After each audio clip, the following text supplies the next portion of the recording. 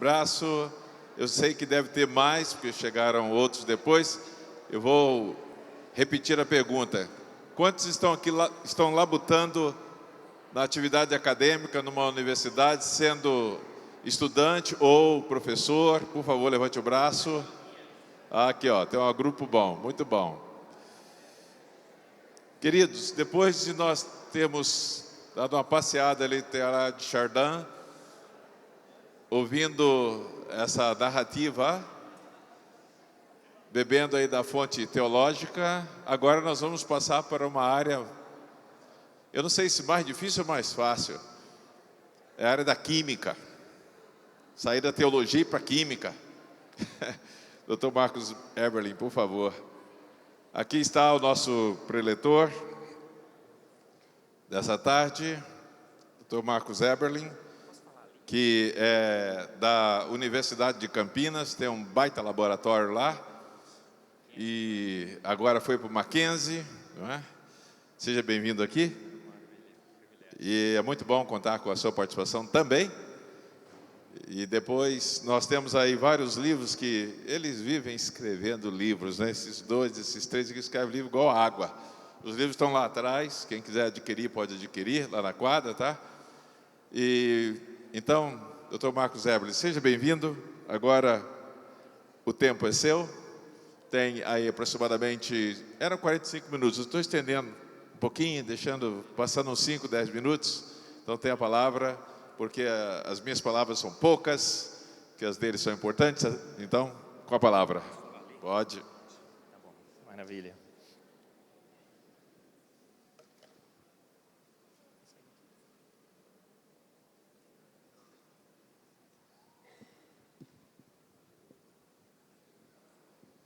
Boa tarde a todos.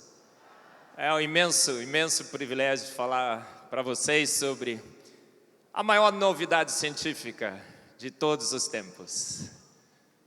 A descoberta que fizemos de que fomos planejados por uma mente extremamente inteligente. E uma descoberta que fizemos através da investigação científica, através da química, da física, da cosmologia, da biologia. Vamos falar, vai? Principalmente da química. Porque a química é tudo, e tudo é química. Quando rola, né, aquela paixão, você fala, rolou aquela química. Então eu estava brincando com os físicos aí, né? Nos primeiros frações de segundo do universo, a gente tinha um pouco de física, né? Partículas subatômicas. Mas a partir do primeiro segundo é hidrogênio e hélio. Então é química. Tudo é química, a química é tudo. E a química da vida, a bioquímica, descobriu o quê? Sinais claros e evidentes de que uma mente inteligente fez o universo, fez a vida e os fez prontos. Não os fez lenta, devagar e sucessivamente. Então o nosso Deus é um Deus que faz pronto. Não é o Deus do devagarinho. Olha só.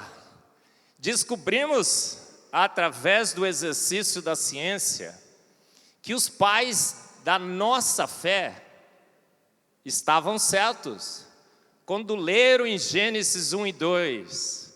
No princípio criou Deus os céus e a terra. E ele disse, haja luz e houve luz. Haja luz e houve luz. Não precisamos esperar por milhões e milhões de anos, não é assim? Haja vida e houve vida. Pelo poder da sua palavra. Haja universo e houve universo. Haja homem e houve homem. Haja chimpanzé e houve chimpanzé. Descobrimos, através da ciência, que não temos parentesco nenhum com os chimpanzés. Descanse em paz, irmão. Chimpa não é teu mano. Porque até nós dissemos que um dia Deus escolheu um ancestral símio comum, soprou nele o fôlego da vida e ele evoluiu lenta, gradual e sucessivamente. Esquece essa história, irmão. Não temos parentesco nenhum com os chimpanzés. E quem descobriu isso? A ciência, a química, a física, a cosmologia, a bioquímica. Grandes cientistas avaliando o universo e a vida, jogando o jogo da ciência, partindo de pressuposto nenhum, não obedecendo a homens e suas teorias, mas obedecendo somente aos dados. Descobrimos que uma mente inteligente fez o universo e fez a vida e os fez prontos, através da teoria do design inteligente. Então essa é a grande novidade científica de todos os tempos, a maior descoberta científica de todos os tempos, que jogando o jogo da ciência, nos dados científicos mais recentes, o homem descobriu que uma mente extremamente inteligente fez o universo e fez a vida e os fez prontos. Então hoje eu vou falar para vocês sobre a teoria do design inteligente. Como, através dessa teoria, devemos abandonar as teorias de homens e devemos seguir os dados. E, através dessas evidências, sucumbirmos aos fatos de que uma mente inteligente é, de longe, a melhor inferência para o universo e para a vida. Eu sou presidente da Sociedade Brasileira do Design Inteligente. Nós temos quase 3.000 membros. Acho que quando sair daqui a gente vai passar os 3.000, não vai? www.tdibrasil.com. E essa teoria cresce no mundo inteiro.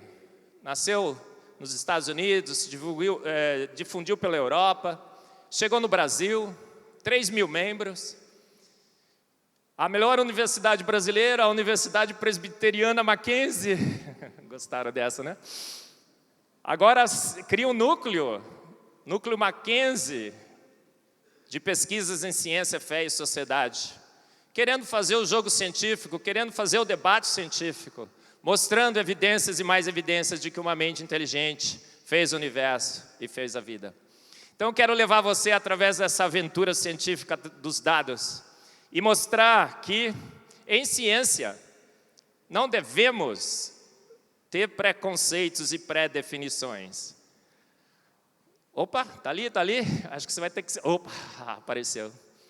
Devemos obedecer quem em ciência? Porque outro dia alguém estava falando assim para mim, né? Quem é o grande chefe da ciência? Quem é o grande chefe da ciência? Será que seria Dawkins? Hawkins? Darwin? Darwin hoje é cultuado como um ser absoluto, não é? Tem um livro que fala assim, Finding Ourselves After Darwin, direcionado aos cristãos. Olha só, Darwin é tão absoluto que nós temos que nos encontrar depois de Darwin. Será que é ele o grande chefe da ciência? Será que é o Papa? Outro dia o Papa falou assim, olha, o Big Bang aconteceu, a evolução aconteceu. Gente, aí o pessoal veio falar assim para mim, Marcos, mas você não crê na evolução, não crê no Big Bang? Até o Papa crê. Aí eu disse, o Papa? Será que a gente deve obedecer o Papa? Será que nós devemos obedecer o Billy Graham? Silas Malafaia? O Bispo Macedo? Pastor Saião? Em questão de ciência, quem é o grande chefe, gente? Quem é o grande chefe da ciência? Olha ali, ele tem um nome e um sobrenome. Professor, doutor, dados científicos. Foi seguindo os dados e as evidências. Voltando para o Papa, né? Ele disse assim, olha, o Papa falou que o Big Bang não só precisa de Deus, mas exige Deus. Aí ele falaram assim, Marcos, o que o Papa quis dizer com isso? Eu falei, olha, o que o Papa quis dizer com isso, só o Papa que sabe. Porque o que a gente quer dizer, né, só a gente sabe o que a gente quer dizer, né? Porque inclusive a gente muda até de opinião. Não foi isso que eu quis dizer, não é? Mas eu disse assim, olha, o que eu acho que o Papa disse é o seguinte, o Big Bang tem tanto milagre, gente, mas tem tanto milagre que as forças naturais não conseguem fazer, que só Deus para dar jeito. Então nós devemos seguir os fatos. E é isso que eu vou falar para vocês hoje, sobre a teoria do design inteligente, seguindo os dados e abandonando Darwin. Porque há uma ampla, geral e restrita impressão em todos nós, evolucionistas, teístas, ateus, de que a ciência provou como o universo se formou. Que Darwin é absoluto. Quando o Discovery Mackenzie lançou quando a Universidade de Mackenzie lançou o Discovery Mackenzie, Elliot Schwartzman escreveu um artigo na Folha, disse assim: como ousam desafiar a evolução, porque é mais lei do que a lei da gravidade. Aí eu coloquei no meu Face, né? Eu jogo uma pedra para cima, ela cai na minha cabeça, mas eu nunca vi jogar um ancestral símio comum, um macacoide para cima e caiu um humano. Gostaram dessa? Foi boa, não foi? E a gente vai perguntar para a ciência como que o universo se formou. Outro dia eu estava ali no CERN, com um grupo de cientistas, e um diretor do CERN chegou lá e falou assim: porque aqui nós explicamos a origem do universo. Há milhões e milhões de anos atrás, bilhões, não existia nada. Absolutamente nada. E esse nada, que é o nada, né? Pensa nesse nada que existia, dá para pensar? Nem dá para pensar nele, né? Porque se você pensa no nada, você já está pensando em alguma coisa. E esse nada pegou o nada, porque não tinha matéria, não tinha energia, não tinha espaço, não tinha tempo. Pegou esse nada, e o que ele queria fazer com esse nada? Nada, porque o nada não quer fazer nada, né? Para nada. Então o nada pega o nada, para nada, por nada, e bum, faz o tudo. E aqui a gente explicou como isso aconteceu. E a gente já tem toda a ideia do universo, só que tem alguns probleminhas. Não foi eu que disse, ele disse. Metade do universo sumiu. A antimatéria. Tem um problema, não achamos 96% da matéria, e é a matéria escura. E a matéria escura, eu digo no meu livro, no Fomos Planejados, é o saci pererê da ciência. Todo mundo sabe que existe, mas ninguém nunca viu. E aí, grandes outros problemas, porque a partir do momento que o universo é formado segundo esse modelo, se forma uma nuvem gasosa em expansão. Nuvem gasosa são átomos de hidrogênio e hélio. Aí a química entra, não é? Porque eles falam assim: nossa, por que o químico vai falar sobre a origem do universo? Porque é química, na sua mais pura essência. É termodinâmica e cinética de fluidos, gases. E aí a gente tem o hidrogênio e hélio, uma nuvem gasosa em expansão que se expande contra o nada. Gente, uma nuvem gasosa que se expande contra o nada deveria continuar em expansão contra o nada, segundo as leis da termodinâmica e da cinética, forever. E sabe o que é forever, né? Eternamente.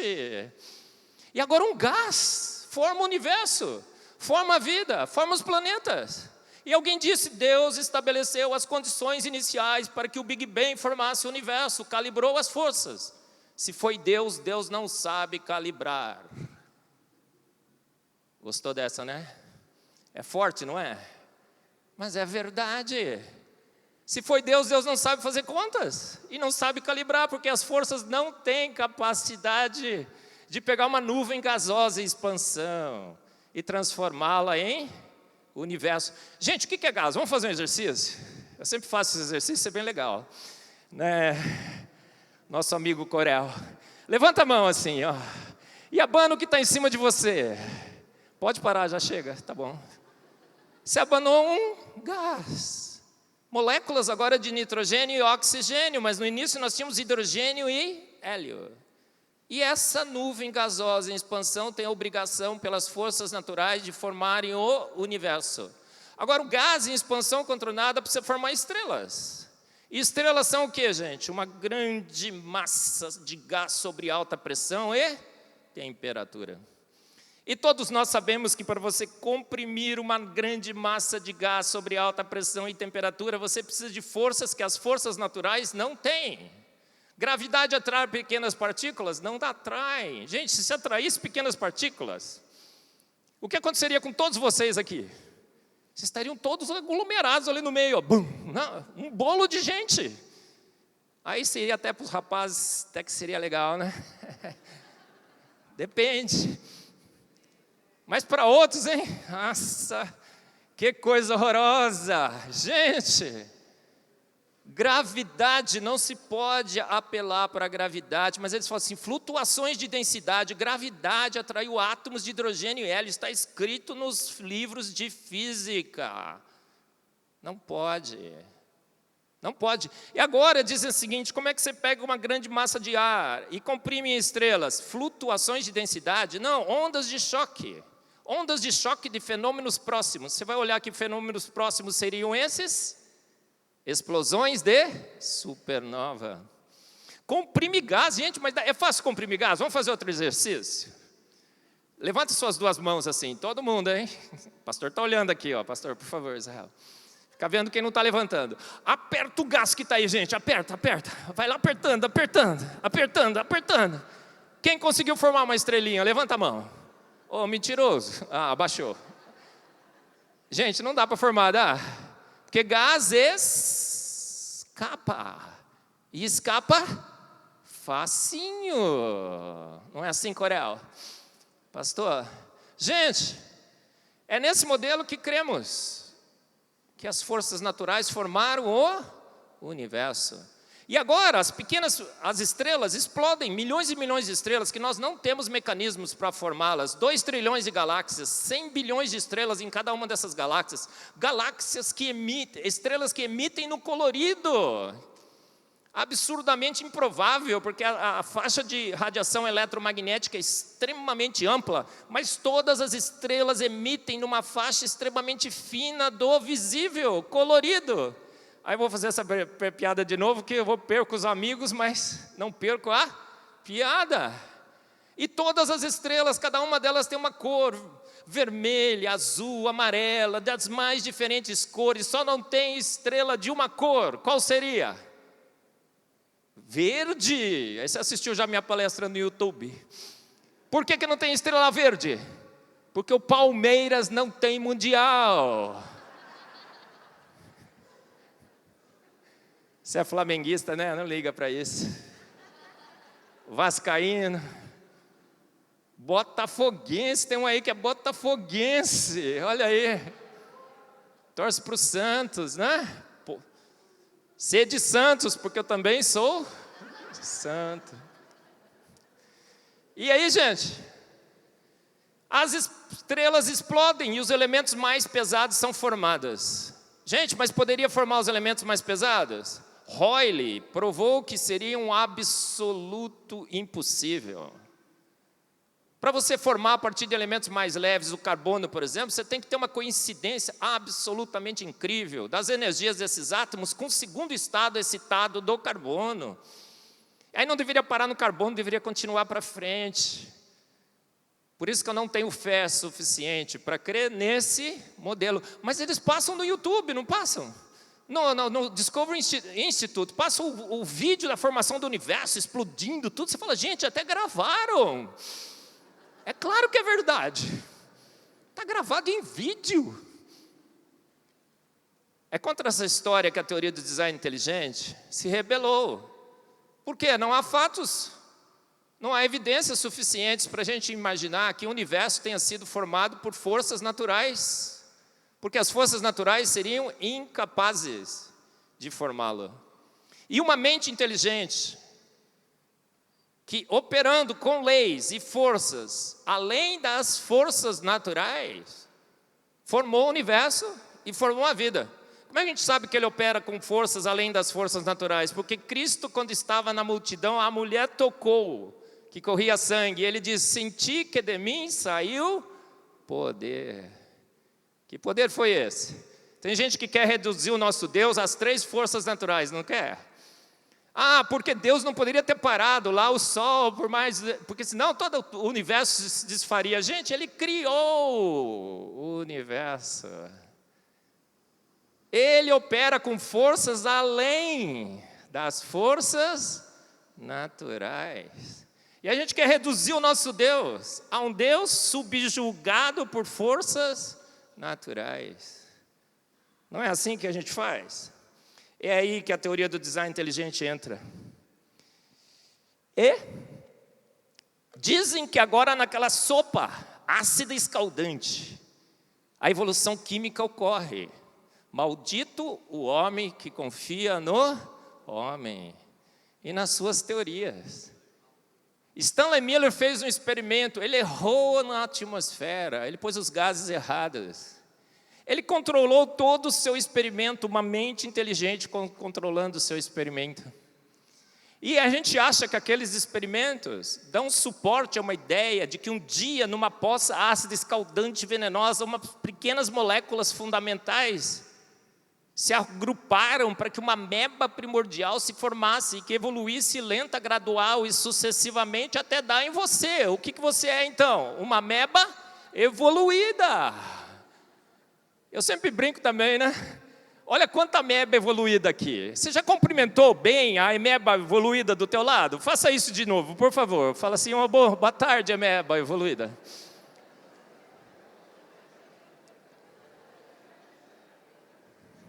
Será? Faz sentido? Eu acho que não está funcionando. Vamos assim, ó. Próximo. Toda vez que eu fizer assim, você troca. Mas quando eu fizer assim, não troca, porque eu sou meio italiano, entendeu? Gente, faz sentido a evolução química? Faz sentido a gente crer na evolução? Faz sentido a gente prestar o nosso Deus para salvar essa teoria? Faz sentido? Não, não faz. Essa é a minha tese, que eu lanço por todo o país, pelo mundo. Não faz sentido a gente prestar o nosso Deus para salvar isso. Por quê? Porque não faz sentido do ponto de vista científico. Olha só, tem os aminoácidos na sopa. Eles têm que reagir.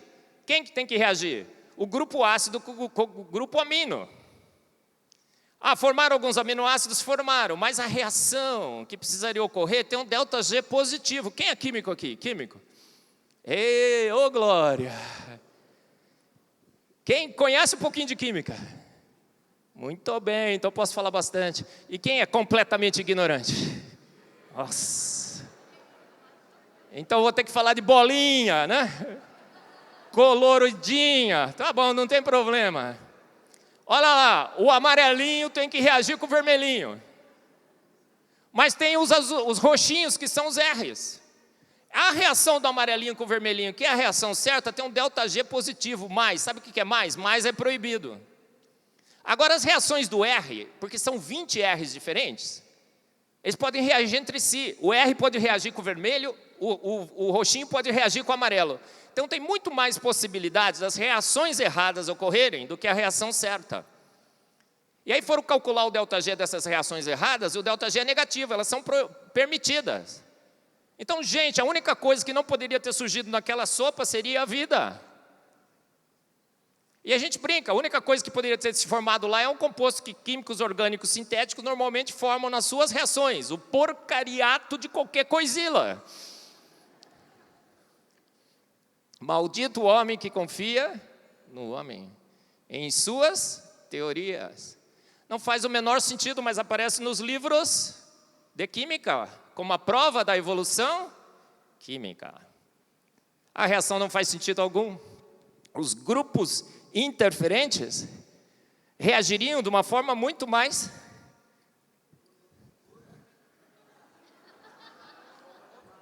É a outra mão? Isso. Gente, mas aí fala o seguinte, não, a vida não começou com as proteínas. A vida começou com o RNA. O mundo do RNA é propagado na ciência como uma verdade absoluta. A vida começou com o RNA. Faz sentido? 3 vezes menos do que o mundo das proteínas. Porque proteína, pelo menos, você só tem aminoácido. No mundo do RNA, você precisa ter fosfato, açúcar e bases nitrogenadas. 3 moléculas distintas que deveriam estar puras. Os açúcares são enantiomericamente puros. Quem entendeu, levanta a mão e diga amém. Entendeu nada. Enantiomérico, você entendeu, né? Enantiomericamente puros. Todo químico orgânico sabe que os meios para formar açúcares naturais, são naturais, né? São completamente distintos das condições para se formarem bases nitrogenadas. A reação do fosfato com os açúcares é extremamente lenta, precisa de enzimas. E as enzimas são sintetizadas pelo RNA. A reação do fosfato com o açúcar deveria ser indiscriminada, mas é 5 linhas, 3 linhas. Então, os problemas do mundo do RNA se triplicam. E jamais a gente deveria esperar que um RNA autorreplicante pudesse ser formado em qualquer tipo de sopa. Muito menos autorreplicante, que é extremamente raro. Eles se degradam, o grupo hidroxila está lá, uma base simplesmente iria tirar aquele grupo hidroxila, formar um intermediário alcoxi, que no estado de transição de 6 membros, numa reação SN2 intramolecular, iria quebrar o fio fosfato, entendeu, irmão? Diga amém. Fala amém pela fé, não pela razão.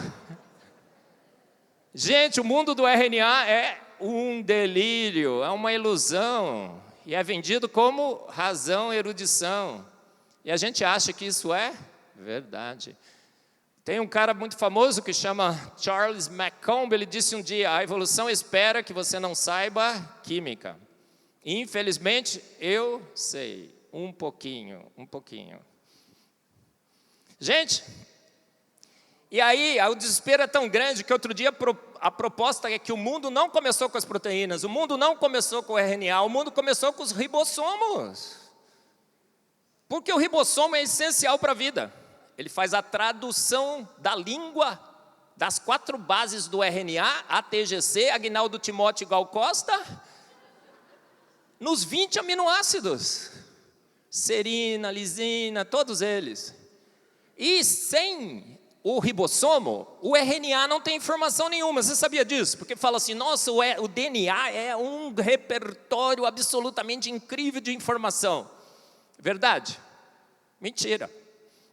Ele só é um repertório de informação quando o ribossomo consegue entender aquela informação e traduz uma linguagem na outra. Então, gente, você está sentadão aí, tem um tradutor fazendo uma tradução de 2 línguas, que eu digo que é índio conversando com chinês. Já pensou nisso? Índio conversando com chinês, pastor? Eles se entenderiam? 4 letrinhas, língua de índio, 20, língua de chinês, um monte de caractere, né?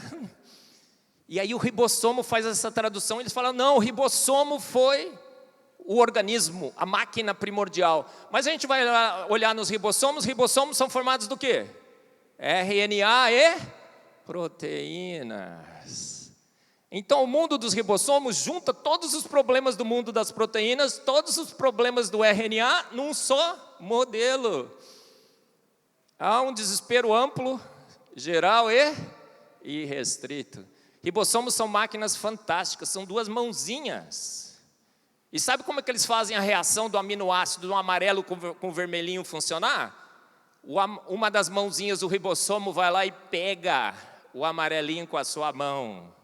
A outra mãozinha vai lá, pega o vermelhinho e faz assim, ó, reage aqui, garoto, reage aqui. Aí ele vai fazendo assim, ó, clique, clique, clique, clique, clique, clique. A sua maquininha vai fazendo os cliques das suas proteínas. Gente, é tanta maquininha fazendo clique, tanta maquininha fazendo clique. Se agora você ficar quietinho aí, mas tem que ficar bem quietinho, sem mascar chiclete, sem olhar no celular. Tá todo mundo bem quietinho? Tá escutando o cliquezinho aí, irmão? Clique, clique, clique. Tá escutando? Não, falta de fé. Pastor, precisa ser mais a fé desse povo, não é? Gente, será que isso é viável? Aí aquela ameba evolui, lenta, gradual e sucessivamente, nas mais diferentes formas de vida nesse planeta, ao longo de milhões e milhões de anos. Será que isso é viável? Será que realmente isso é viável? Um micróbio se transformou na microbiologista, que agora o observa no seu microscópio. Será que isso é viável? Quais seriam os mecanismos? Mutações, seleção natural e milhões de anos.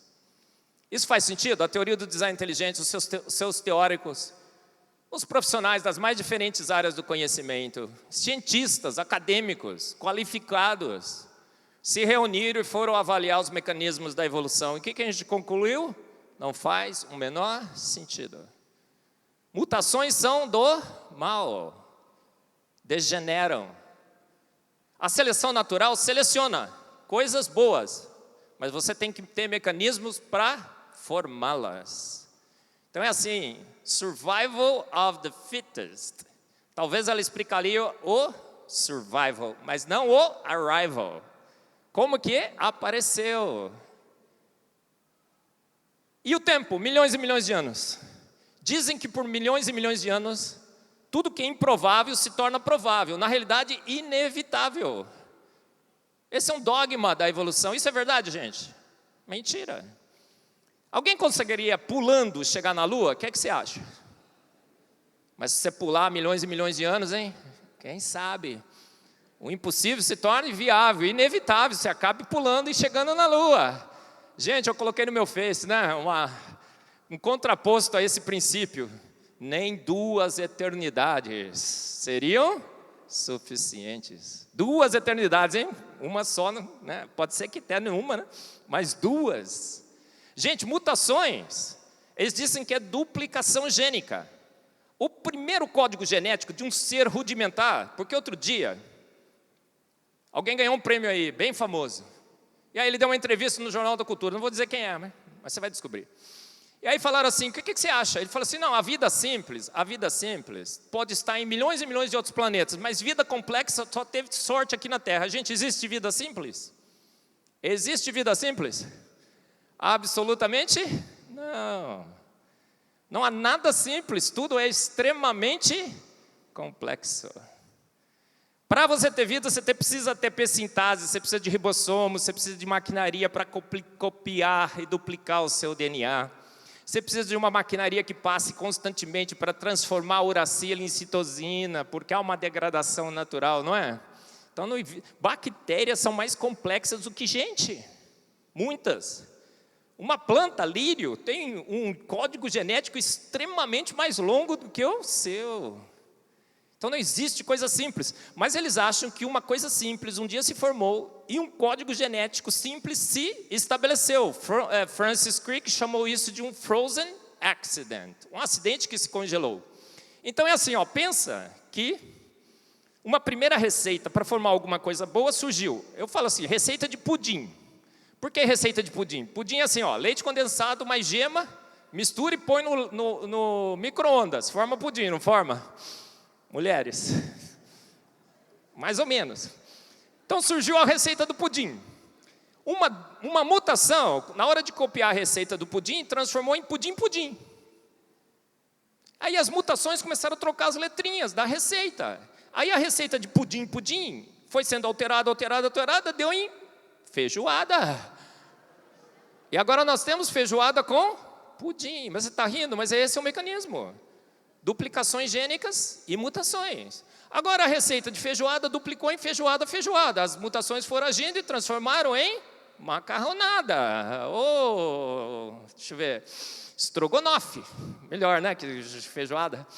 E a seleção natural foi selecionando as coisas boas. Gente, a gente foi avaliar esse mecanismo, o que a gente disse? Impossível. Porque as duplicações gênicas são extremamente raras. As duplicações gênicas que não tinham função, a seleção natural eliminaria. Haldane fez os cálculos e disse que no máximo, 2.000 mutações do bem poderiam ter se acumulado, por exemplo, desde que o nosso ancestral símio comum se dividiu do macaco, se dividiu em chimpanzés e humanos na árvore da vida. E a gente precisaria de, no mínimo, 600.000 mutações do bem. Muito bem. Quem não crê em Deus, crê no monte de bobagens. Quem disse isso? Um dos maiores filósofos de todos os tempos, Chesterton. Eu não sei se você gosta dele, eu sou fãzaço do Chesterton.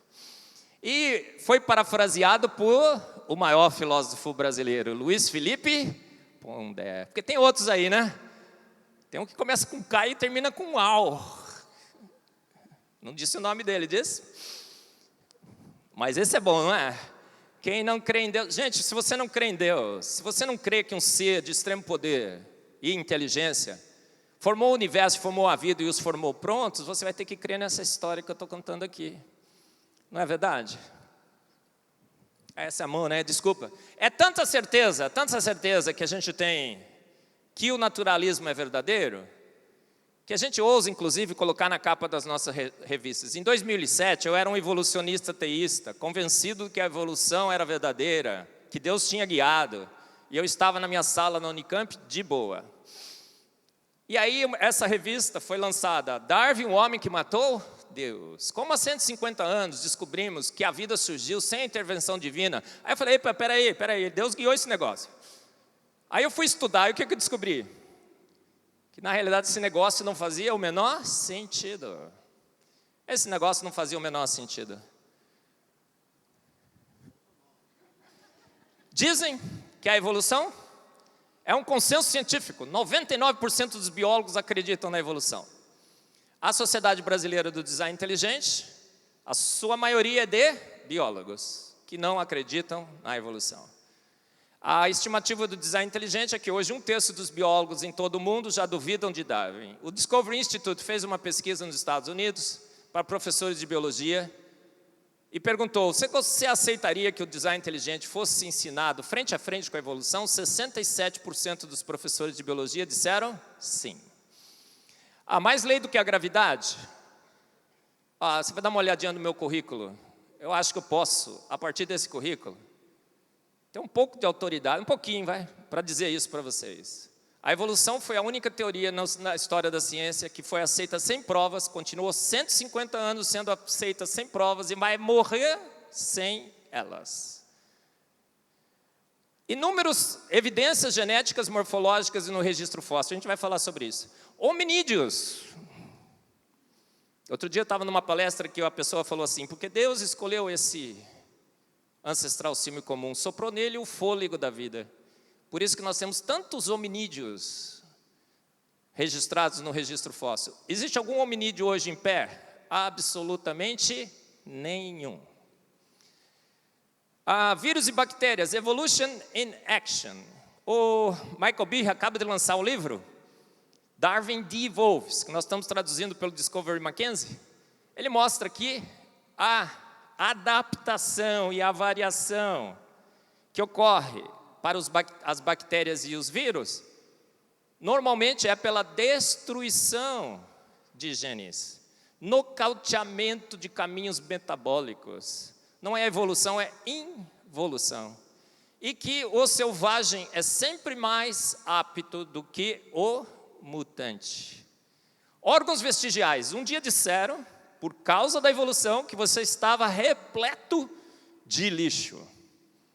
O seu apêndice, a sua amígdala, o seu cóccix, o seu dente do siso, a sua faringe mal projetada, o seu olho humano. Mano, descansa em paz, o chimpa não é teu mano e você não é um lixo ambulante.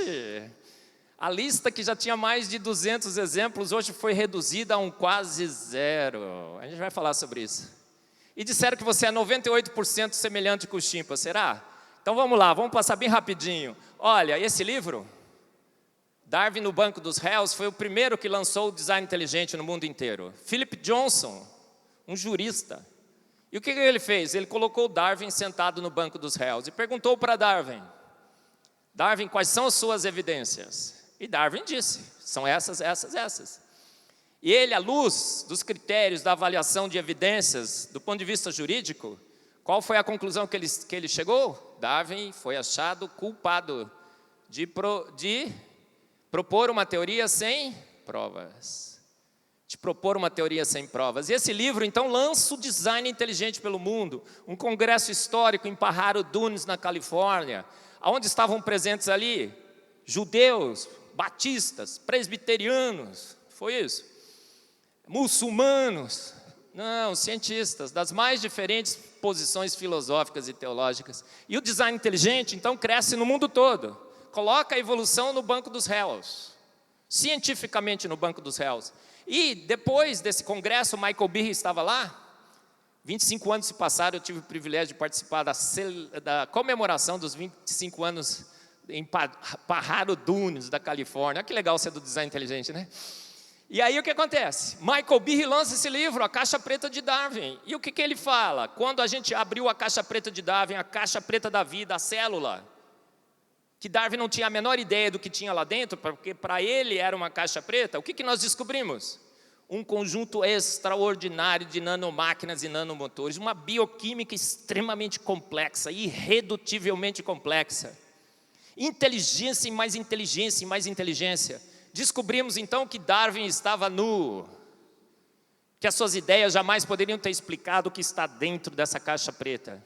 E à luz da bioquímica moderna, hoje nós temos evidências claríssimas de que uma mente extremamente inteligente fez o universo e fez a vida e os fez prontos, porque todas as partes dessa célula constituem um sistema de complexidade irredutível e você não pode remover nada, nada. Senão a célula não funciona. E esse livro é fantástico, virou um best-seller, acaba de ser traduzido, A Caixa Preta de Darwin, pelo Discovery Mackenzie, junto com a editora Mackenzie, e o cara que traduziu, né, Corel, cara fantástico, você conhece ele, não conhece? O cara é muito bom, sabe bioquímica, o cara é extremamente inteligente, charmoso, tal, tudo de bom nele. Quem que traduziu, gente? Eu. Sei como eu faço essas piadas. E a teoria do design inteligente então surge. E o que a teoria do design inteligente fala? Temos que jogar o jogo da ciência. A gente não pode partir de pressupostos naturalistas, ateístas. Não é a filosofia e a teologia que vai dirigir a ciência, são os dados científicos.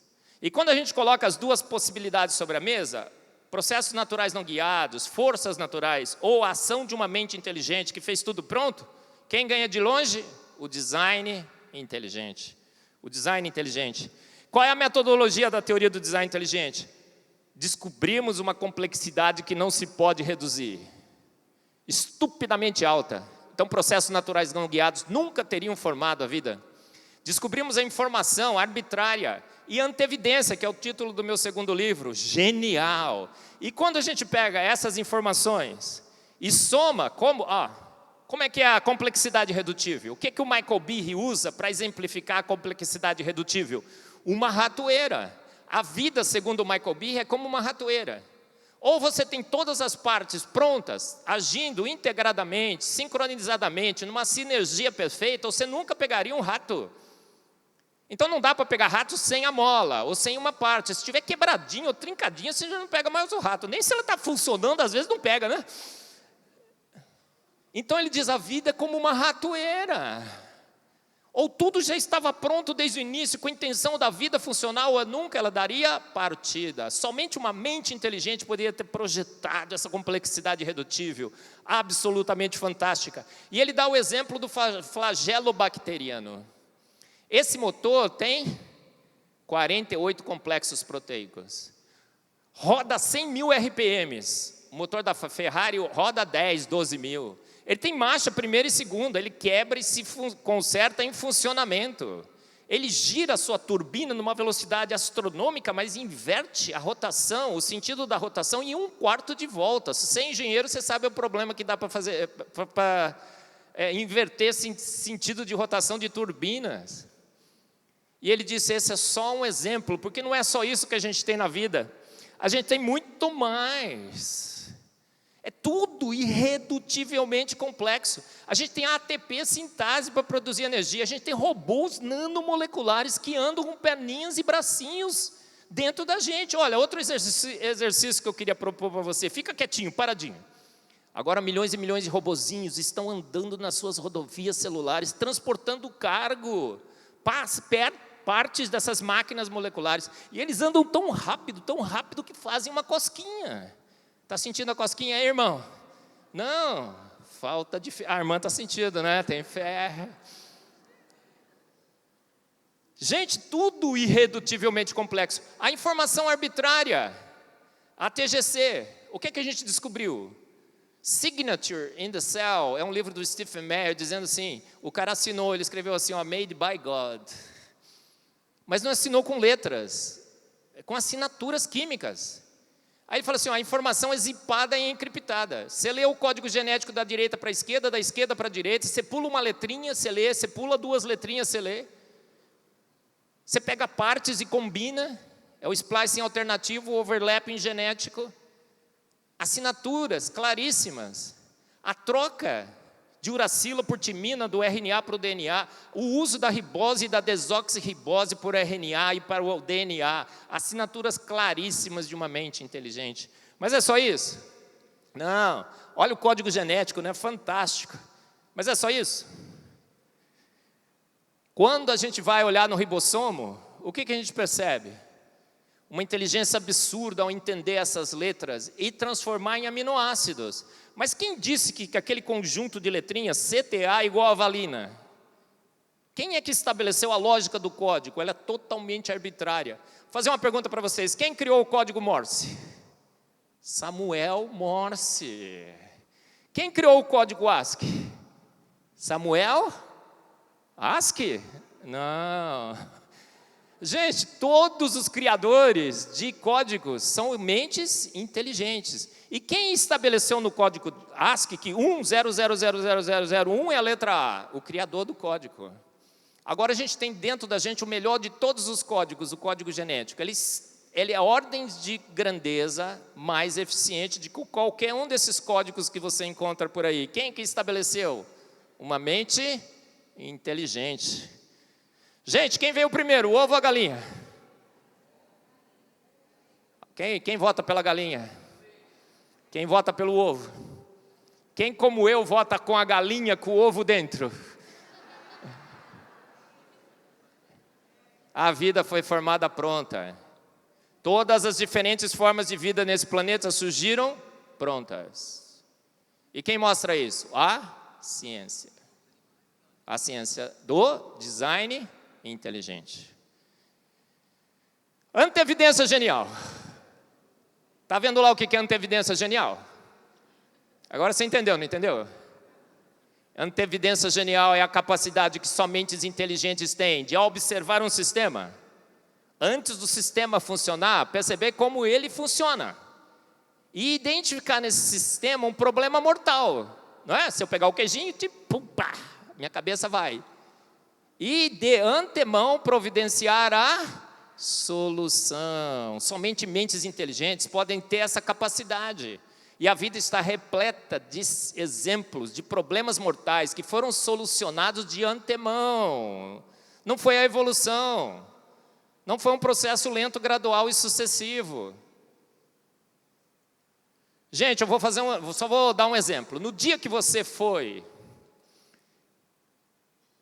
não concebido, né, mas fecundado, sua mãe entrou com quantos óvulos? Quantos óvulos? Um só. Porque mulher com um só dá jeito, não é? Agora o seu pai entrou com quantos espermatozoides? 200 milhões. Porque espermatozoide é macho. E ele vai, se perde no caminho, para tomar uma. Não é assim? E vai. Um problema. O sujeito que orquestrou a vida falou, vou ter que fazer com 200 milhões esse negócio. Para dar jeito. Agora, quantos espermatozoides chegaram ao redor do óvulo da sua mãe? 200. Ele calculou direitinho para chegar a 200. Por quê? Porque ele falou assim, vamos usar celular no bolso. E vai reduzir. Vai tomar água com hormônio. Vai reduzir. Não é? A motilidade, você sabe que a motilidade dos espermatozoides está diminuindo. Os homens estão produzindo menos espermatozoides. O homem está num grande processo de extinção, gente. Eu falei assim, a gente precisa do empoderamento masculino. O homem tem que voltar a ter orgulho da calça que veste. Não é assim? Tem um programa lá na IP Pinheiros, né? Recuperando o prestígio e o orgulho dos homens. Gente, mas aí chegam 200 espermatozoides. Gente, quantos espermatozoides do teu pai perfuraram o óvulo da sua mãe, você sabe? Apenas um. Se tivessem 2, é poliespermia. Não nasce gêmeo com 2. Cria um tumor que mata a mãe e mata a criança. Mas a partir do momento que o primeiro espermatozoide do teu pai perfurou o óvulo da tua mãe, fez um barulhinho, fez assim, ó, crack, crack, e endureceu o óvulo. E o segundo espermatozoide não perfurou. O que é isso, gente? É um ato de antevidência para lá de genial. O cara falou assim, vai dar pau se 2 perfurarem, então eu tenho que resolver esse problema de antemão, endureceu o óvulo. E, gente, é um barulho incrível. Quem já teve filho aqui? As mulheres. Mulheres, quem teve filho? Irmã, escutou o barulhinho? Não? Sabe por quê? Você estava distraída. Presta mais atenção da próxima vez. Da próxima vez, preste mais atenção, que você vai escutar o barulho.